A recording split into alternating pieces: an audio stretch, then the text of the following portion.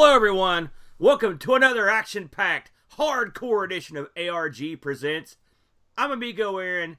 I'm joined by a man who had his last official release sometime in 1996. I give you the Brent.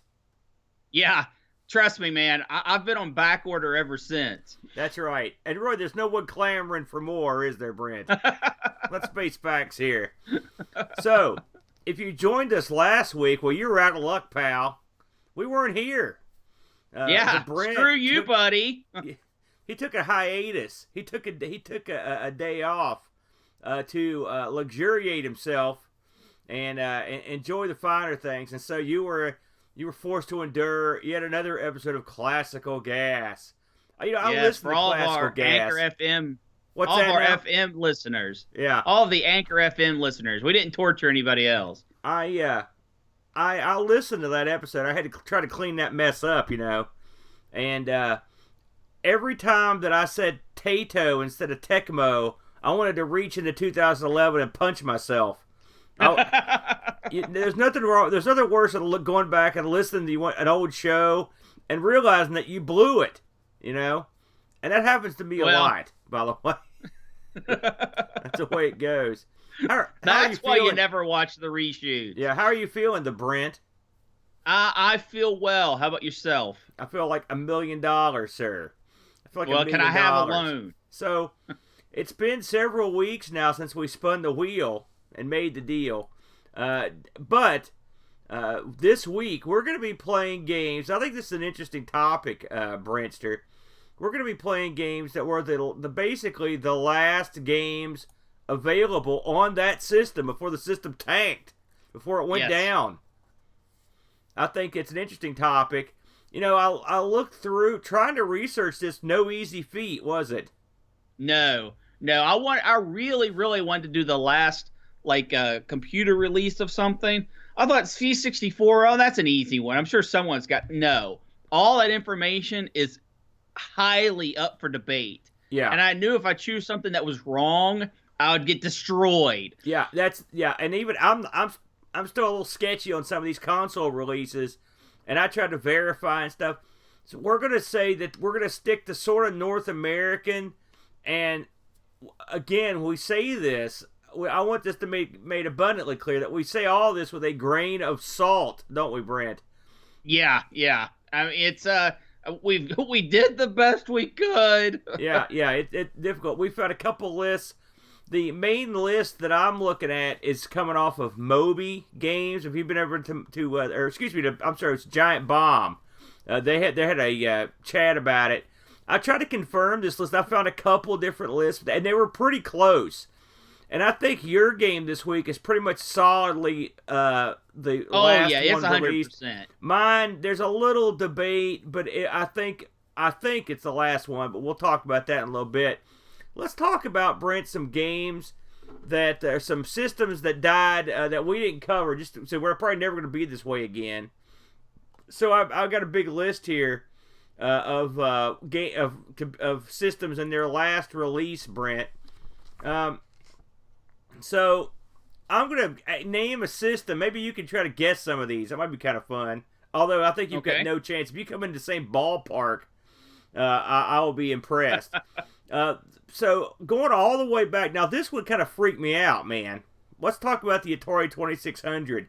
Just give me the year of the last release, and I'll be impressed.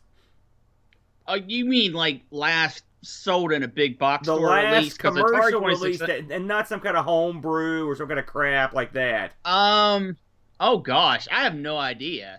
It's probably something stupid like 89 or something. You're right. That's incredible. I would never have guessed that. Yeah. Did you see my notes? No. The last, according to this is two different lists I found. The last official release for the 2600 in 1989 was Clax. The quirky, I think Atari actually made this the quirky arcade puzzle game. You remember Clax? Oh, yes. Yeah, it's pretty popular. Didn't like it, but I remember it. I have a feeling you'll get this one. The last Atari 5200 game, you covered it. Oh, yeah, Gremlins 2. No, it was Gremlins. 1986. Oh, yeah, sorry. It's funny that the Atari 2600 had a commercial release after the Atari 5200 did. That shows you how much that failed. Yeah. That's a big old failure right there. The Atari Lynx had one of these combo cartridges that released in '94. The last official release, Super Asteroids and Missile Command. Yes. It's funny, again, that's 2 out of 3 of these Atari systems that their last official release was made by Atari. So that makes sense, you know. Now here's one I thought was interesting. The last Intellivision release, Brent, can you even guess the year on this one? It's probably also 89. You're right. My God, this time off has done you a world of good. I can't believe it. It was, now, you gotta remember, Intellivision, their whole, that thing was all bought and sold, mail ordered, all this crap. The last official release, Stadium Mud Buggies and Spiker Super Pro Volleyball. So I guess that was one cart. What a deal. Those are 2 totally opposite games, aren't they? Well, you know, when you want some volleyball, you got to get there somehow. Now, this one I actually knew. The last official Xbox, OG, Microsoft Xbox. What's the last official release? I actually knew this one. I do not know. John Madden Football 09. Oh, 09. Yes, yeah, I did actually know that. I remember grabbing that because I mean, if it's sold in, I think it may have been like a mail order only type of a deal. You know, I remember it was super weird. Now this one here, pretty recent, the Nintendo DS. You want to guess what the last year that was had a release? That was it a soccer game? No. Oh, then I don't know. Well, do you remember? You want to guess the year? Oh, for DS, probably 2000. What? 5? Oh, wait, no, 2014.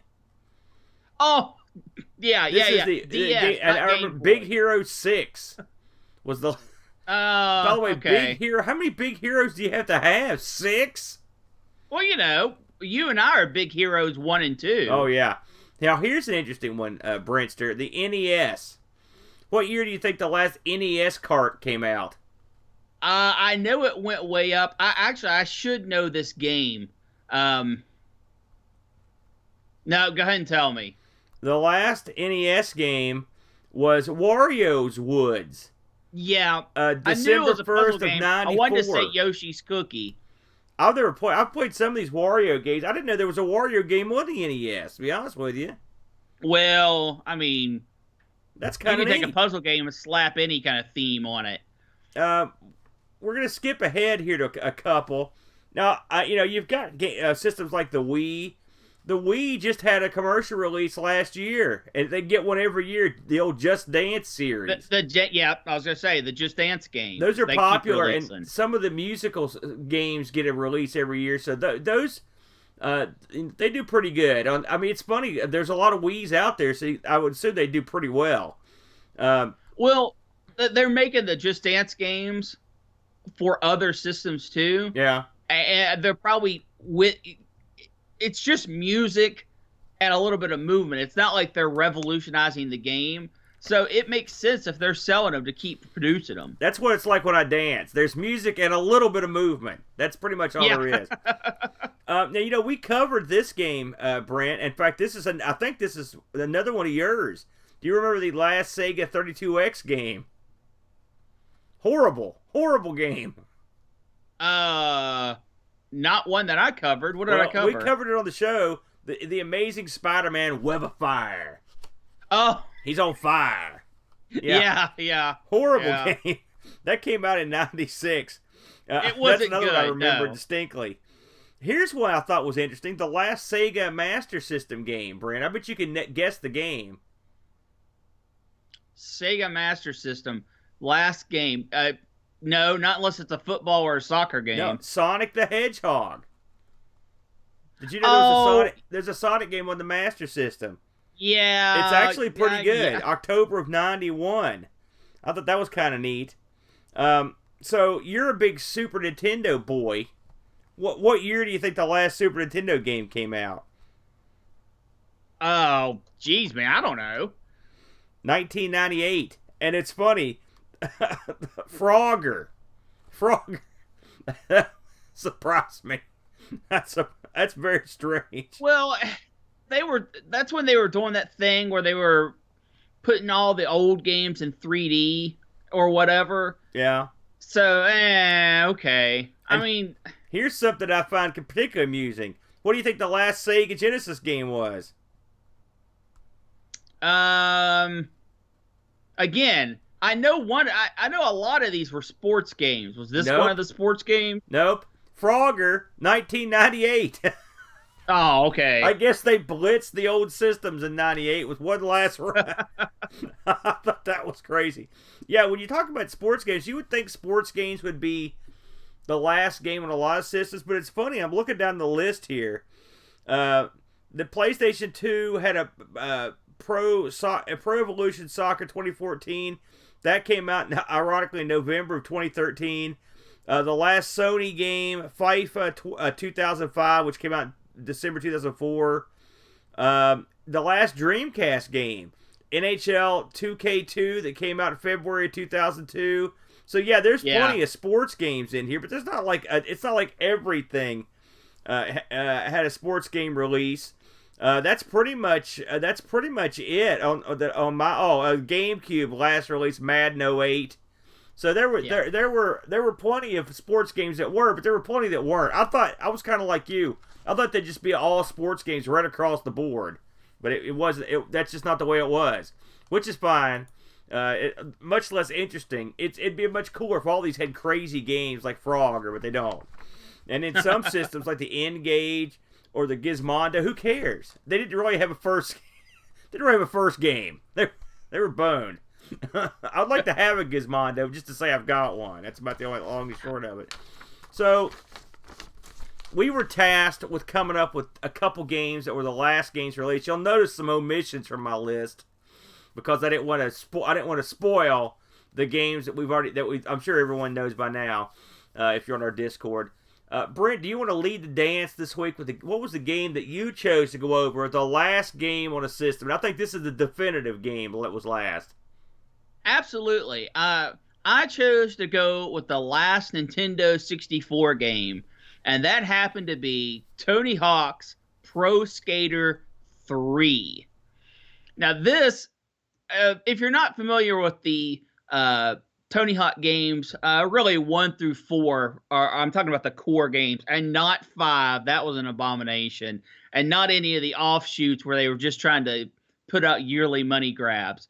Tony Hawk Pro Skater 1, 2, 3, and 4 are some of the highest rated Metacritic games of all time. In fact, Tony Hawk Pro Skater 2 is among the top 5, like of all times, greatest games of all time. And a lot of people hear that and they're like, oh, I mean, no, you've got your Skyrims and your Zeldas, and this was a different world back then. This is when all the stars aligned and they released a perfect product at the perfect time. And they paired it up with a soundtrack that would get people interested and excited, and gameplay that was over the top. And it kind of felt like you were stepping into this mysterious world of skateboarding. And you had your very charismatic host in Tony Hawk, who was cool but still approachable. Perfect spokesman / mascot for these type of games. I think you nailed it. That's exactly what he is. Cool but approachable. Yeah. Like he's a cool guy that lives like down the block. Yes, absolutely. So all these games, 1, 2, 3, and 4, kind of follow the same formula. You are given an area, and you are said, here are your goals. You need to score this many points. You need to collect these type of letters or symbols or whatever. And you also need to do things. Maybe it's flip a switch. Maybe it's wreck all the bells. Or maybe it's, grind on this or do this type of trick on that. And then they just let you go. And they give you a timer, and you have to try and go and complete these goals on your skateboard while you're doing tricks and grinds and flips. And it's a tremendous fun with this great you hard pushing metal slash alternative slash kind of ska soundtrack in the back, and it all comes together in this incredibly tight package that for the time was, like I said, it was exactly what the public wanted, and people ate it up. These games sold millions. So when it came to Tony Hawk Pro Skater 3, it kind of was, as some systems were going out of the market and new systems were coming into the market, it fell right in that crease. And the game was primarily pushed as a PS2 game. And you can, it shows in a lot of ways because the graphics, especially of the next gen consoles, your Xboxes and your PS2s, are really tight. But how many systems do you think this released for, Aaron? Oh my God! I'm thinking it released for, well, we got the N64. Yeah. You probably got the Xbox in there, PS2, Right. your handheld. It's probably about 6 or 7 systems. I believe the total is 1, 2, 3, 4, 5, 6, 7, 8, 9 9 systems. Incredible. And they cover from the PlayStation 2. I'll just read them down. It's quick. PlayStation 2, PlayStation, GameCube, Xbox. Those you kind of understand. Well, the PlayStation's kind of weird. But you also have the N64 PC release, a Mac OS release, the Game Boy Advance, and the Game Boy Color, which that is reaching way back. I can't believe the Mac got a release. That stuns me. Now, here's what I think is the craziest part of all this. This had 6 different developers, depending on what system you were working on. Like Neversoft did the PS2, Xbox, and the GameCube versions, and those were your core, more of your target audience. And then you had Gearbox Software doing the PC release, Shaba Games doing the PlayStation, or the original PlayStation port, Vicarious Visions doing the GBA port, Hot Gen Limited doing the Game Boy Color port. Unfortunately, it doesn't say who did the Mac port here. And then Edge of Reality doing the N64 port. And that's really what we want to look at here today. And this was also one of the last released versions. The original version of this was released October 28, 2001. Okay? Yeah. The N64 release was August 20th, 2002. So almost an entire year later, Nintendo actually got their port of this game.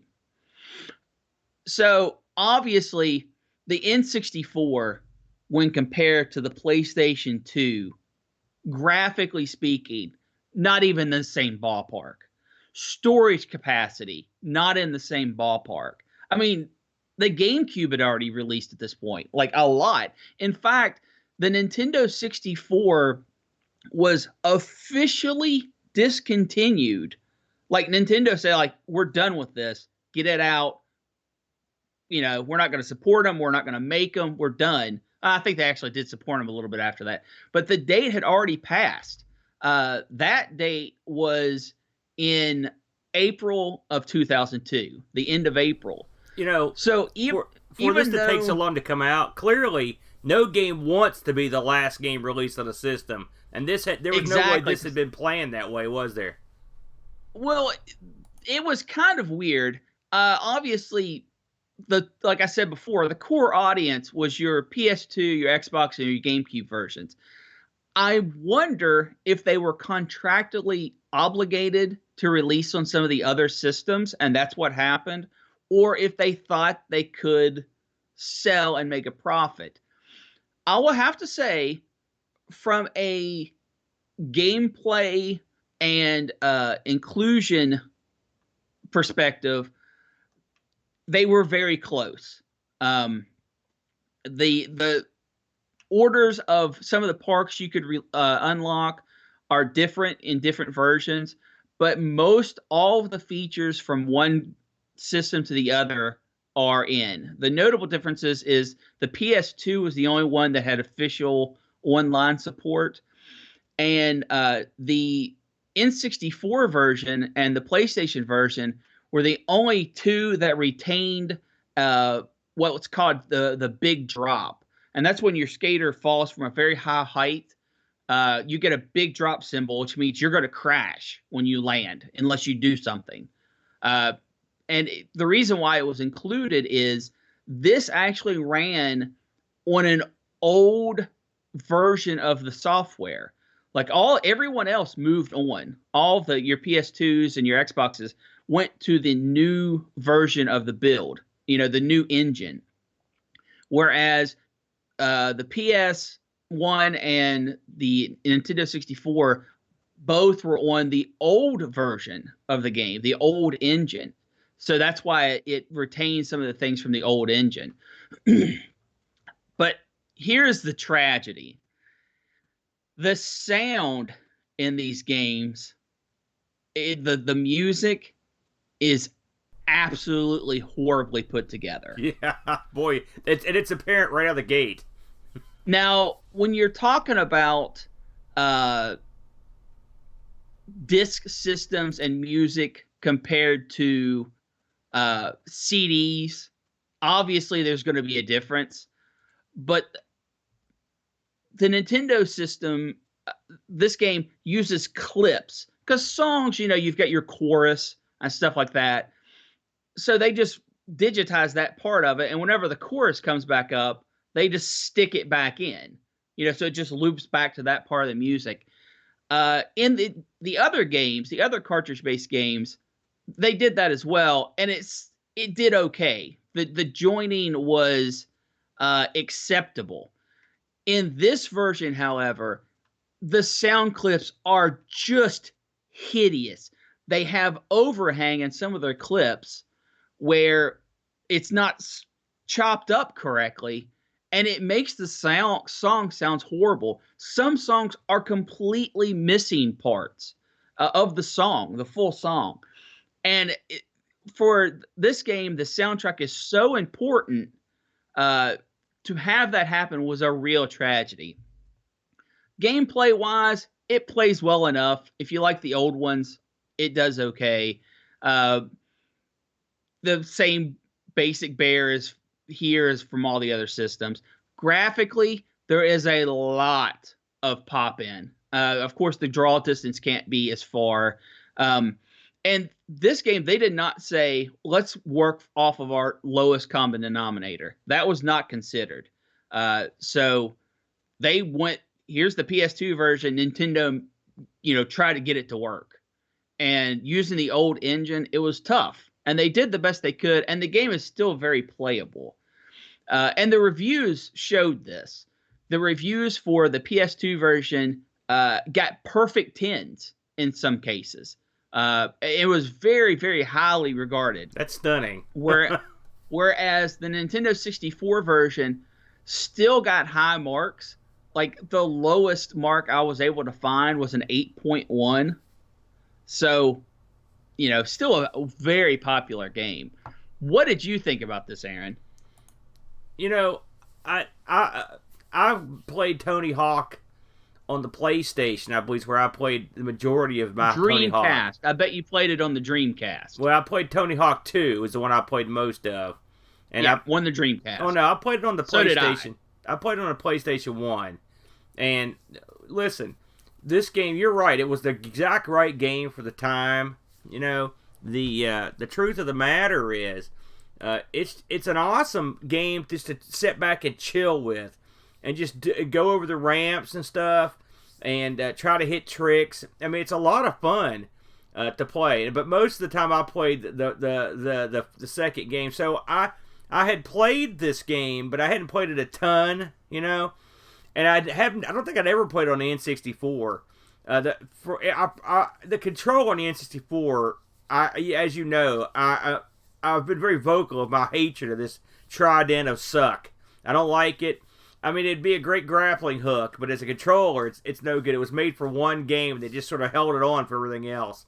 So, It's okay. I don't like it. So, and I hate the buttons. So, in fact, I could get by with the controller, but the buttons suck. So, and the analog sucks. So, be that as it may, I did give this a shot. In fact, the gameplay footage is I actually shot this horrible footage. If you see me falling and wrecking, that's me. But the truth of the matter is, right when this game came up, I knew I was screwed. Because it comes up with one of my all-time favorite songs, the Ace of Spades by Motorhead, you know, and I was like, man, this is going to be great. And then they cut out the verse. They cut out everything except for when Lemmy says, don't forget the Joker, and then they had the guitar solo, and you hear that about 300 times. Yeah. Because they just cut and listen, the N64 is a cartridge-based system. I understand that, you know. But, I mean, listen, man, don't cut out you can't do that. And every time it happened, I was like, I just died a little. If you remember Tony Hawk 2 on the PlayStation, it has one of the most iconic soundtracks.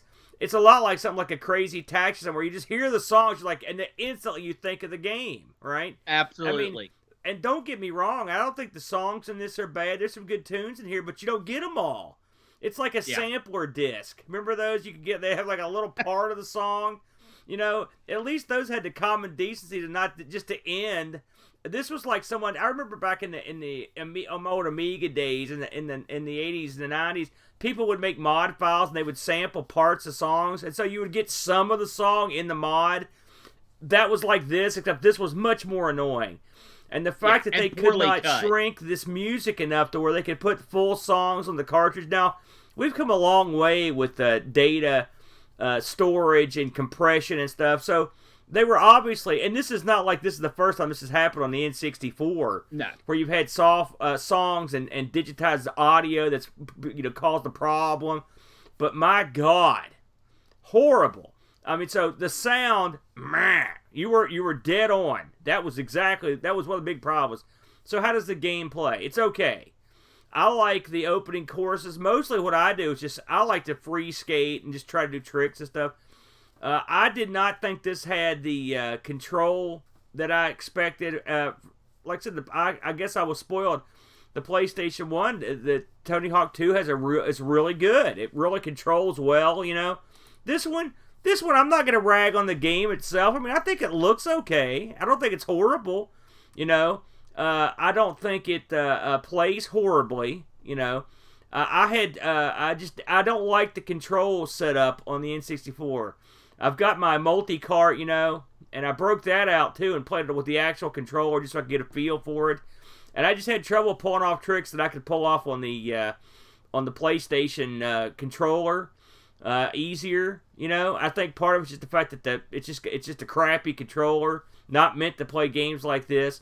But I mean, listen, as far as a last release goes, yes, the music sucks. That's to be expected. But otherwise, I mean, I don't think there's anything incompetent about it. You know, I mean, did you? No, and that's sort of my opinion on it too. I played Tony Hawk Pro Skater 2 on the Dreamcast ad nauseum. I mean, I went all the way through the game, and I actually beat the game back in the day. Yeah, it's great on the Dreamcast. Unlocked everything. Yeah, it's great. I played it on there too. Absolutely. So when I played this, and the music was so chopped up, the very first thing I did was I loaded up Tony Hawk Pro Skater 2, which I was, very, very familiar with from the Dreamcast. And I said, did they do this bad of a job on this? And while it still has the clips and that sort of thing, the clips are actually competently done, which, I mean, you still don't get all the songs sometimes, and you still have breaks, audible, you can hear the breaks in the song, but all the clips are at least clipped correctly that I sat through.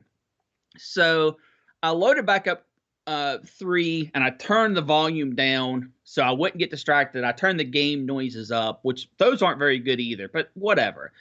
And I just played the game for what it was. And I was able to unlock 2 or 3 different levels by, going through and doing what you had to do. And I enjoyed my time playing. It took me back. I thought, you know what? This is fun. I can see setting down. It's fun to do the challenges and to try to, unlock things and do your tricks and get your big combos. The game is fun. So I can't get marks off for that. However, this is, in my opinion, the worst non-handheld release version of the game. So, I mean, it did okay for being the last release of the N64. It's way better than some of the other last releases out there. But if you're going to play this game, play it on literally any other system. For that reason, I can't recommend it. I can't say go out and I certainly can't say go buy the game. I can't even say go and emulate the game. If you're going to emulate it in a different system. But that doesn't mean I don't like the game. Yeah. And let's talk about that prices real quick, Aaron. Yeah. If you wanted this for any other system in any other region, be it handheld, be it a PAL version or a Japanese version or a US version, under $10, usually under $5. However, if you want the N64 version, you're looking at $50. Really? For a loose cart. That is surprising. That I $50. guess just because it's the last one, it didn't make that many. I don't think I'd go for it, frankly. I feel like you're right. The other versions are more competent, but this is not bad. And I will say, one thing about the Tony Hawk series during this era, like, this thing was the ultimate chill game. You just sit back, get you a cold one, listen to some tunes. That's what makes this one so bad, because part of the game is listening to the music they picked. It's funny because if you told me the music that would be in the Tony Hawk those games, especially the second one, I'd be like, I ain't listen to this crap. It's something that music was perfectly picked to fit the type of game that you were playing. And so when you tinker with the music, you've done screwed up, son, in my opinion. Well, and they did the best that they could, and I understand that. And considering what they did, it was incredible. There's just better ways to play the game. We got some game reviews over on the Discord, Brentster. Our good buddy Graham W. Webke, friend of the show, writes. He says, I unfortunately owned this on the GameCube. It was bundled with a second GameCube console I bought off eBay. Tony Hawk 2 was given to me as a gift on the N64, and I sold it almost a week later. I didn't really like that game at all because I found it frustrating to control.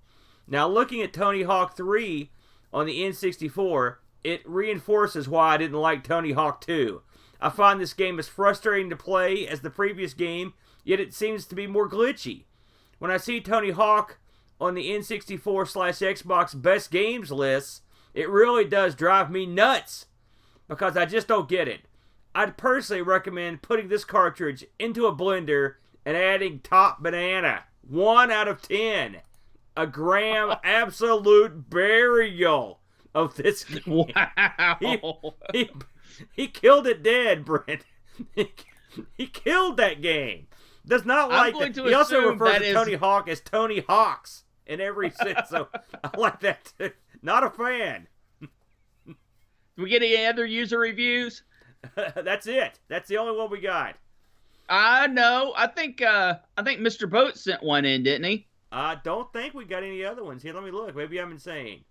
Oh, yeah, we did. I take that back. I didn't see the Boats. So, wow, Boat wrote quite a tome here. Boat writes, this was the first and last Tony Hawk game I ever got into. I remember buying it at the Athens Kmart, taking it home, and barely leaving my college apartment for the next week as I ollied, flipped, and grinded through all the levels. I was quite surprised loading it up on the venerable N64. I was expecting a blurry mess, but it actually looks okay, or at least no worse than the PS2 version. Same roster of skaters, same level and tricks, same Motorhead music. He badmouthed Motorhead with a curse, I'm not going to mention. Unfortunately, By the way, that right there disqualifies Boat from a continued review, but I'll read the rest of it. Unfortunately, this game falls apart because of the controls. The N64, with its dearth of face buttons, had to map grinding to the C stick as well as other important features. That is horrible. This makes this game basically unplayable. A real shame because the rest of the presentation was good. He ranks this as below average. So, a double burial. Double burial, Brent, on that one. Yeah, as we are leaving the Tony Hawk skate ground, I do want to mention that a re-release, because they've already got an HD version that was kind of crap. This is a re-release of games 1 and 2 is coming this year. And I'm interested to see how they sell, because I want to know if this kind of game has come and gone, or if the nostalgia factor is going to pull people back in. Because there were plenty of Tony Hawk games after the numbered series where they had the board that you stood on and the Tony Hawk ride. Horrible. And those games did horrible. They had the Underground series, which was where you could get off your skateboard, you could run around. It was kind of platformy, which those didn't do as bad, but they still never hit Tony Hawk Pro Skater 1 through 4 numbers. They tinkered with the formula too much. Well, you got to do something. So, it'll be very interesting to see what the re-release has. I wonder if they're going to, why would anybody care when you can just emulate the old ones? I don't understand. Are they going to spice it up? They're going to redoing all the graphics. It looks amazing. Oh, yeah? So, it'll be interesting. We'll see. And it might be a good time there. Yeah, they're getting all the original music back, except like 5 total tracks, I think is what I read. So, should be interesting. Well, that right there might be good. Well, very interesting. So, what did you bring to the table, Mr. Aaron? Well, I really struggled, the Brent, to come up with a game that fit me, and something I hadn't played. I want to try something different, and I almost picked. I came close to picking that Intellivision game. I almost picked it, but I ended up going back to a system that's sort of. It's funny because it's as timely as today's headline, since there's just been a release of a mini version of this thing. I'm talking about the old TurboGrafx, and I ended up picking Bonk 3, Bonk's Big Adventure, Brenny. Had you played this before this run? Absolutely not. Yeah. I hate Bonk games. Oh, man. What the hell? So, Bonk 3, Bonk's Big Adventure, released April 2nd of 93 in Japan, and America would be somewhere in that same ballpark. This was published by Turbo Technologies Incorporated, which is basically the Turbo people, and developed by AI Co. Limited. This is part of the Bonk series, which was I was surprised that you don't think of Bonk having like a ton of games, but he did. He had this, so he had Bonk's Adventure, Bonk's Revenge, then he had this game. He had Super Bonk, Air Zonk, Bonk's Adventure arcade version, and Super Air Zonk. He also, we've got to try Super Air Zonk, Rockabilly Paradise. I don't know how a caveman gets involved in that, we'll never know. But the Bonk series, Bonk is one of these characters. He was BC Kid on the Amiga and on some of the other home computers. Bonk is this guy you sort of associate with the TurboGrafx. He was in all the commercials when the TurboGrafx first came out, and you see him. I own the first Bonk Who cart for the TurboGrafx. It was a real popular game. I love it, actually. I think it's a fun game. It's a platforming game where you play as Bonk, the kid caveman with the big hard head and the jagged teeth, and you just go through like caveman world doing caveman stuff. Pretty simple stuff. Bonk, it's funny, Bonk's Revenge I never played. And one of these days we got to play it because apparently Bonk's Revenge is the best of the series. But this is the third in the series, Bonk 3, and as it were, they had to, I guess they had the best, their already good Bonk game. And so into this one, they threw they threw in some gimmicks here, Brent, which we'll get into. But like I said, I played a lot. Most of what I've played on Bonk was actually on the Amiga, but I did play a lot of the original Bonk on the TurboGrafx. The TurboGrafx is a great system, by the way. I love mine. I remember picking mine up at a pawn shop in Canal City when I worked for a computer store. And even back then, I knew that this thing was going to be a very valuable, piece of kit, because you did never see anybody that had TurboGrafx. I mean, did you know anyone back in the day, Brent, or even after back in the day, that had a TurboGrafx machine at their house? No. And no, Roy, how many people nobody. do you know that have one now?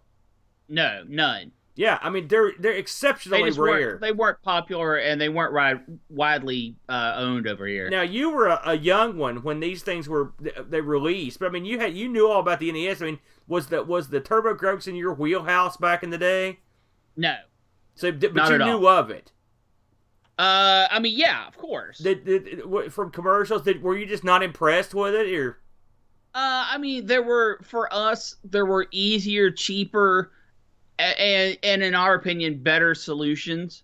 Yeah, it really ran into a buzzsaw with Nintendo and Sega. Yeah. Back in the day. But I mean, this thing is a great machine, and I knew it was going to be valuable, and it is now. I'm so glad I picked mine up when I did. If you're not familiar with the TurboGrafx, it doesn't have cartridges per se. It has Who cards, which are these. They almost look like PCMCA slot cards that slide into it. But these things deliver good performance, decent enough storage, and the TurboGrafx fell somewhere between the NES and the Super NES, or the Master System and the Genesis. It was sort of had a foot in two worlds, but it held its own, and graphically and audibly. For the most part, for the things they did with it, it was known for its its variety of shooters and whatnot. We've covered it long ago. And so, yeah. Bonk, this game doesn't reinvent the wheel. But what it does do, Bonk 3, is it tries to give you some new options. One of the options is simultaneous multiplayer, Brent, which I actually did. I played, since I had an extra time with you being ill, I got the boy in here, and I made him play two-player Bonk with me. And so I'll get into that shortly, but we played quite a bit. So what are you doing in Bonk 3? Well, pretty much the same crap Bonk always does. He's bonking his way through the world, the platform world. This game adds some different elements. It's these platformer games. I mean, you could color it however you want, but it's the same basic deal. He's going in and trying to take out the bad guy. I believe it's the same bad guy. You have to go up against Evil King Drool, never good, and hit it in all the other enemies in the Dinosaur Kingdom. So there's a lot of dinosaurs and dinosaur-related paraphernalia in this. So what was different? Well, the really three big differences. Number one, there are little candies in this game that when you eat them, they will make you turn you into giant Bonk, or teeny tiny little Bonk. And you use these candies to get to certain areas. Now, there weren't too many places I went where you needed to be giant Bonk, but there were lots of places you needed to be teeny tiny Bonk. And so when Bonk eats this candy, he becomes teeny tiny, and he can fit through little cracks and stuff. Super huge Bonk.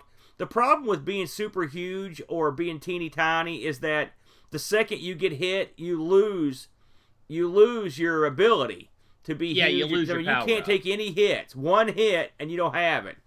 This makes them almost worthless. It makes being huge Bonk totally worthless, because huge Bonk sucks. He doesn't really do anything that little Bonk doesn't do. Plus, anyone can hit him from anywhere. So he doesn't. Did you find any love for huge Bonk in this? Well, on top of even that, there are many instances where the game doesn't want you to be huge Bonk. Right. So they will put spikes just high enough that you can't walk under. There's one that you'll come up and hit. Like the third level, I think. I'm like, you can't be huge Bonk. Now, but still, this is an interesting element. One thing that, unlike the other elements of Bonk, the candy is permanent. So if you are a huge bonk or tiny bonk and you get hit and you need to get that candy again, you can go back to where it was and it'll still be there. But often this involves trudging across the level. It's a real pain in the butt. Bonk still has his abilities. He's maintained his ability to headbutt stuff. He's maintained his ability to use his teeth to climb up walls, which I always thought was real funny when he does that. He can also basically headbutt his way back and forth up through corridors and stuff, up through like thin pits. So he's got his same bonk stuff. Bonk also, if you occasionally you'll come across some meat, and when you eat the meat, it gives bonk special powers. Like the first couple meats you get will give you like a very limited, like a sparky sort of weapon, like a missile weapon. But eventually you'll get, if you eat enough meat, bonk blows his lid, and actually it was indestructible for a little while. But I mean, the funny thing about that is that he's indestructible for so short a time that it never really made that much of a difference to me. Which I noticed in Bonk 1 was very similar. Like the whole meat eating thing, I think is funny. And Bonk is a real cute character. He's well drawn. He's an awesome looking mascot. But in terms of his invulnerability, I didn't see a whole lot of additional benefit from eating all the meat. But it's still, there's a funny animation when he eats it. He blows his stack. I guess it's spiced ham or something. It's always amusing. So, what else did they add to this when they spice it up? Well, they added the ability to there are secret areas that you can go to, and when you go to the secret areas, there are little bonus stages. One is where you can collect butterflies. Is one. There's one where you try to bust down a house. There's a bunch of these things. Now, the funny thing is, this game has a CD counterpart on a Turbo Duo, as Retro Man Cave calls it, the CD-ROM. And this one gives you a little extra stuff, but I mean, and the music's different, but it's virtually the same game. But you get a few more additional, like 2-player bonus rounds and stuff that you don't get in the Hue card version of this. But I mean, otherwise it's pretty much the same. The bonus stages are cool. A lot of times you'll just be fooling around, and all of a sudden this thing flies out of the screen and picks you up and drives off with you, and that means you're heading to a bonus stage. So you basically went somewhere that activates that guy to come pick you up. There's lots of secrets in Bonk. Secret areas to go into. A lot of times you can headbutt your way through walls and stuff that you didn't know were there, and you can go do stuff like that. There's still some of the funny elements from the first Bonk that I remember. Like at one point I got swallowed by a fish, and I had to fight my way out of his gut.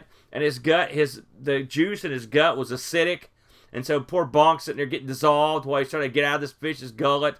And in the first one, there's a funny bit where he gets eaten by a dinosaur. In this one, you can get eaten by the fish, and when you finally work your way out, you actually will go through his intestines, and I guess he craps you out for poor Bonk. But I mean, hey, he survived. He's a tough kid.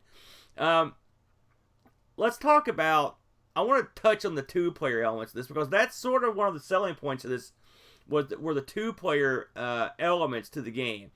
Now, I was interested to know how this was going to play, because when you play this game, it doesn't seem like it would be suited to 2 simultaneous players, does it, Brent? It certainly does not. Well, no. Guess what? It ain't. Yeah. I had to say the second player on this almost seems like it was tacked on, because. I bet it was, in a video game? For starters, anytime you go to like a bonus stage or something, it's only one guy goes until you get to the middle part where you get to use your money to go to bonus stages for 2 players. But only one guy gets to go to the bonus stage. Secondly, whenever, like for example, like when you would get eaten by the fish, for example, only one guy goes into the fish. The other guy just sits there, does nothing. No, he's not on the screen. You can easily get lost in this, and like there is no system to have your partner find you. Like if you're working your way up a shaft or whatever, and your buddy screws up and falls, he's screwed. You got to go all the way back down and get him. There's not like me and the boy have been playing a lot of Super Mario 3D World, and in that one, there's elements where if you're off the screen, the other player will sort of float back to you in a bubble, and then you can, and then which is a brilliant way to do it, because that way you never lose your partner, right? Yes. This is not even, I mean, of course, granted, this is many, many, many years earlier, but there's no element to this. There's no tether to your partner, and so what would happen to me and Luke all the time is that Luke would, me or Luke 1 would screw up, and then the other guy would just have to come back for us. Something else that's a pain is if you've got the little candy and you need to go somewhere and the other guy doesn't have it, well, you're boned. And there are places you can get to that really are a struggle to get back to your buddy. You know, I mean, so there are elements of this where I wondered many times if this was if this thing could break in two-player mode to the point where you couldn't get back to your partner. Now, we never had that happen, but I mean, there were a few places where the amount of time it took you to get back to your buddy was unbelievable because of the situation that had occurred. And it made me think that this just didn't feel like something that had been thought through, you know. I don't really think the two-player element helped it at all. In fact, I think playing this in two-player would make you want to kill the guy you're playing with. It's after now. Maybe I've been spoiled because I've played so many of the modern two-player platformers. You know, like I don't know if you ever played like New Super Mario Brothers. That's another one where they're very. I mean, listen, Nintendo knows what they're doing, and of course, clearly this stuff's a lot newer. But there's a reason why you didn't have double Mario's or Mario and Luigi, you know, running around at the same time. It flakes out some of the elements of the game that aren't meant for two people to be on the screen at the same time. You know. Yeah. So that was kind of a bummer. But I mean, we still had a pretty good time with it. But I mean, it sort of broke the game in a few ways. I should mention that the funny thing about this, you know, we know no one that's got a TurboGrafx. We know even less people that have a Turbo Duo or a TurboGrafx with a CD attachment, right? Oh, no chance. How many of those they released in the States? Who only knows? But believe it or not, this got a release in America on CD and on the Who card. So that right there stunned me. I couldn't freaking believe it. The bosses in this are cool. You'll get a boss battle every so often. The bosses are usually like big dinosaurs or stuff. I actually managed to get past the first big boss, and I got all the way to the point. So like what you were talking about, where you get giant and the spikes hit you in the head. That level has a bunch of pipes in it. Bonk has the ability to go down these pipes, and which I thought that was cute. It makes it sort of puzzly. But I had a heck of a time getting off that level. I wasn't exactly sure where to go. And so this is one of those games, sort of in the European style of platformers, where you can get lost. And, you know, this is one thing you don't get from, like, the Mario series. Like, they steer you in a direction, Japanese style. You think a game like this plays more like a European platformer in some areas than it does a Japanese platformer, just due to the way the levels are structured. Now, you'd never played this, Brenny. What did you think of the game from your perspective? Well, a little history about myself with Bonk. I have tried playing the first Bonk, and I don't like how the character controls. I don't like the headbutt system, and I don't like the level design that they put forth.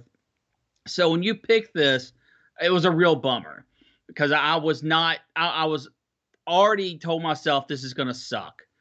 So I got it up, I got it loaded, and I started playing it. And at the first set of levels up to the first boss, I was like, they're doing really well. They're introducing new elements of the game in a smart fashion. Like, you get to the edge of a wall, and the game is telling you with arrows to go up. And at first you don't know, you can't climb the wall, so you don't know how you get up. And then eventually you figure it out that you have to swim up the waterfall. stuff like that where they're showing you that you need to do this rather than just say with a big flashing text, swim up the waterfall. I appreciate that. That's really good design. And they gave you at the first, in the very first few levels, they're just throwing power-ups at you all the time. And they're doing that not because you need them, but because they're saying, look, this is what this power-up does. This is what this one does. And all that's really good. That's really good game design. It's showing through action. And I was like, I'm really enjoying this. I'm having a good time with a Bonk game. Like, I was mind completely blown. And then the start of level 2 after the first boss, where you're talking about, it has the pipes and stuff. The very first section of pipes is real easy, you know. And I was like, I'm completely shocked at how well this is designed and laid out. And then I got stuck. And I don't mean stuck as like I didn't know how to continue forward. The game actually glitched. And I was like, okay, that sucks. But I'm having fun with this. I had to reset. I couldn't figure out how to get, I got like under the world stuck. And I couldn't die. And I'm not blaming the game. You were emulating this. Yes, I was playing this through emulation. So it's very likely it was an emulation thing more than anything else. So I restarted the game and I actually played all the way back up to that point. And I got past the area where I got stuck, and I made it what I believe was 2-3, and I got stuck again. So that kind of killed the pleasure I was having of playing. But up to that point, yes, some of the levels are very mazy, probably more mazy than they need to be. And they do not give you direction. This was very, I felt like I was playing a toned down Amiga game because of the lack of direction I was getting. But they give you plenty of these bonus levels, and they give you plenty of power-ups to play with. And my time outside of the glitching, which I cannot blame the game. I didn't look up if this was a common occurrence. I'm assuming it was due to the emulation. Outside of that, I had a really good time playing. There were elements that were frustrating that I didn't felt the controls were tight enough. At the end of every little bonus game, it ranks you. And I always, even when I completed the bonus game or got very close to the bonus game, it would be like really bad. It was like, why are you Clearly you were doing me? something wrong, because I got really good a bunch of times. But yes, it makes you feel like a jerk when you botch those bonus rounds. Yeah. You know? I was great at the butterfly collecting, so I tried to go. That was what I liked to go into the most. But I had an excellent time with this game. I certainly think it is worth emulating. Hopefully, there are other emulators out there that give this game do this game more justice. That you won't have all the clipping problems that I ended up having, which made me quit playing the game. I certainly think that if I could find a more reliable emulator, or God willing, actually play this on the actual system, this is a game I'd play through all the way through, because my time with it was mostly positive, and the times when I was lost or I was confused on what the game wanted me to do next, I was able to sit down and think and get through what the obstacles it had presented me. So I certainly think this is worth emulating. If you have a TurboGrafx, a way to play this game, I don't know how much this game sells for, but I certainly think this is worth playing. I had a lot of fun with it. Yeah, this game, I mean, it's not a dud by any stretch. It's a lot of fun, but I will say the 2-player, I would skip. And I should mention that you also, that sounds like garbage. As an added bonus to make you want to kill your buddy, you have a shared life bar. So that doesn't make it... Yeah, that doesn't make all it that crap much just fun. sounds horrible. I will say, if you're going to play 2 players on this, you're going to want to play the Super CD version. because it gives you a couple bonus games that you don't get in the regular. But literally, that's the only difference between the two. Is that, of course, that and the price is and the audio. I like the audio in this, and I've heard that the Red Book audio is not very good. This is one of those games where, like, if you want the your classic, console type audio, I'd stick to the Who card version. Yeah, I will say, like I said, I was kind of disappointed. I having played this and played Bonk 1, I prefer Bonk 1 because I don't like the candy system that much, to be honest with you. Listen, I've heard Bonk 2 was awesome, so I'm going to definitely put that one on the list. That's for darn sure. Here's my problem with the original Bonk game is it didn't, in my opinion, it didn't do anything new. It took a character that was kind of fun and kind of cute, and they put him into a platform world, and that was it. This has a lot of unique elements, and it like adding the pipes, going inside the fish, getting a flower that you put on the top of your head, and you can actually fly for a little while. Well, that's some of the stuff that was in the first one, depending on where you're at.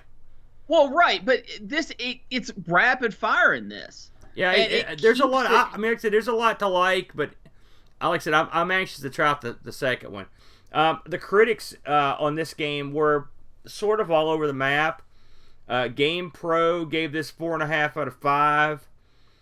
Mega Blast gave this an 86%. The Video Game Critic gave it a B+. Mega Fun gave it an 83%. Video Games and Computer Entertainment gave it an 80%. EGM gave this 31 out of 40. What a stupid system that is. And IGN gave this 7.5 out of 10. Get this, Brent. If you want, I think those are all fair scores, by the way. What's that? I think those are all fair scores. Yeah. I think that's about where I would put this in the 6.5, 7 type of range. I would say, yeah. eBay. You could get Bonk 3, the Who card version. If you just want the card, you can get that for around $60. But it ranging all the way up to a couple $150. I saw one guy just selling the manual for $119. Yeah, no, that's all insanity. If you want the boxed Super CD ROM version of this game, break out the checkbook, son. They're wanting $875 for that one. Now, the Japanese version of this actually is less expensive. You can get the CD version for $326 box, and you can get the Who card box for $100. But this is Japan's version. American one is, I will say, the American Super CD-ROM version. This is super expensive because it's super rare. We had a couple people from the Discord chime in on this one. John Boat of Car Schaller popped in. Bonk, aka BC Kid on the Amiga, is one of the top platformers on the system. But everyone knows the PC Engine is where the little guy shines. I had a fun romp around the Dinosaur Kingdom, but I continue to be perplexed by the complex system of upgrades based on eating various meats and candies. Still a fine entry and a nice send-off for a landmark system. Above average, he ranks it. Graham W. Vebke writes, I love the PC Engine. I still wish there was a local release in Australia.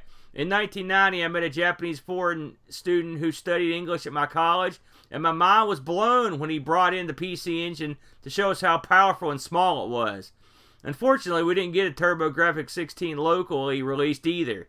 Anyway, Bonk 3 carries on the Bonk series of platformers and includes a 2-player option in this final game on the system for co-op play. Sadly, in my opinion, this is the weakest of all the Bonks, and it feels more sluggish compared to the other games in the series. It's still a decent platformer and a playable game, but Bonk's Revenge is easily my pick out of the series, which that's the second one. 6 out of 10. So Graham didn't like it as much as we did, but liked it a little more than most. So there you go. Hey, he liked it a lot more than Tony Hawk. That's for darn sure, Brent. Now listen, some people like this sort of thing and some people don't like it, but there's one thing we can all agree on. We love the wheel. The wheel, yes. Dude, it's back. Let's fire the sucker up. Here we go, Brenny. I've got the wheel right here, my friend. This week we've added we added games with no button, or let me see, what was it? We added here no button arcade game, and we also added our retro rewind the Sega Saturn, Brent. Here we go. Sega Saturn, great system. Here Fun we go. system. Disaster to program on.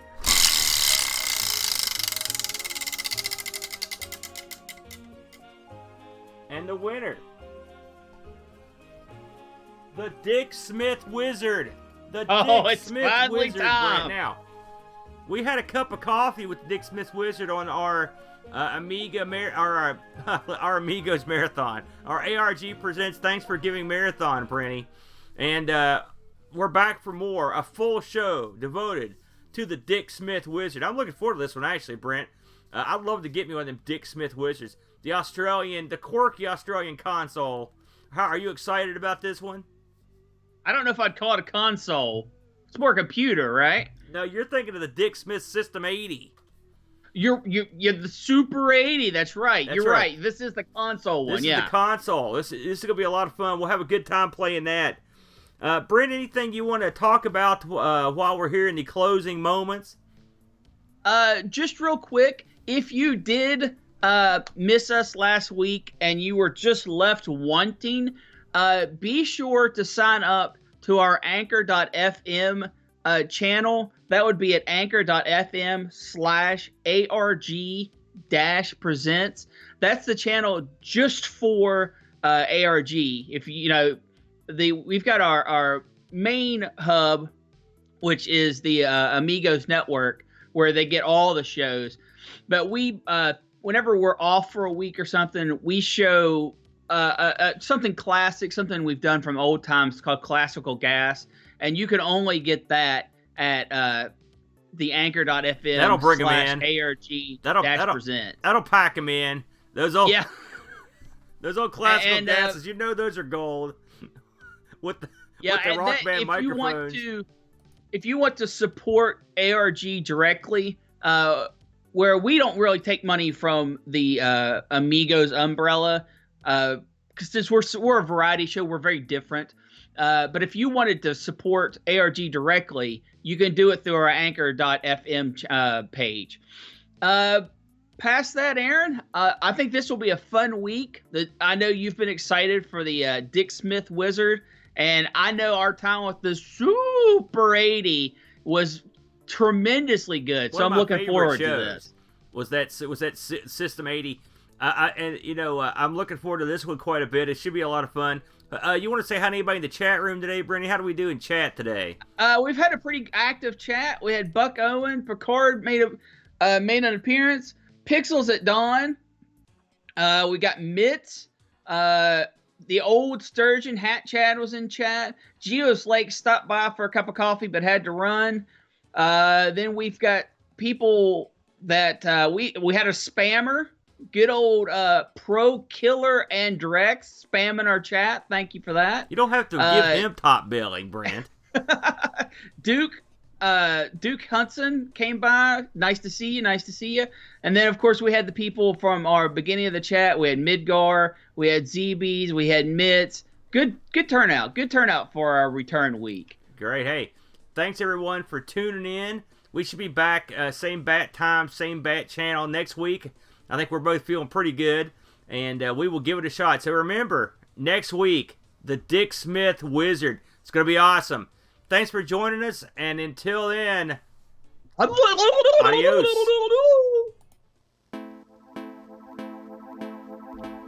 ARG would like to take a moment to thank their wonderful supporters: Anthony Jarvis, John Schaller, Terry Howard, and Graham W. Vetke. Would you like to become an ARG supporter and help keep ARG spinning?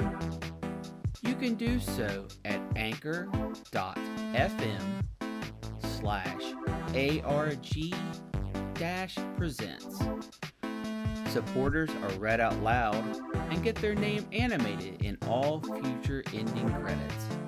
It's our way of giving a little more for folks giving a little more. Don't want to explain another monthly credit card transaction? No problem. You could always help ARG Presents by sharing our podcast link, leaving us a positive review, or just keeping tuning in. It all helps us grow. We'd also like to thank all of our podcast listeners, all of our Twitch followers, and all of our YouTube subscribers. Without all of you, spinning that wheel and making that deal wouldn't be nearly as fun.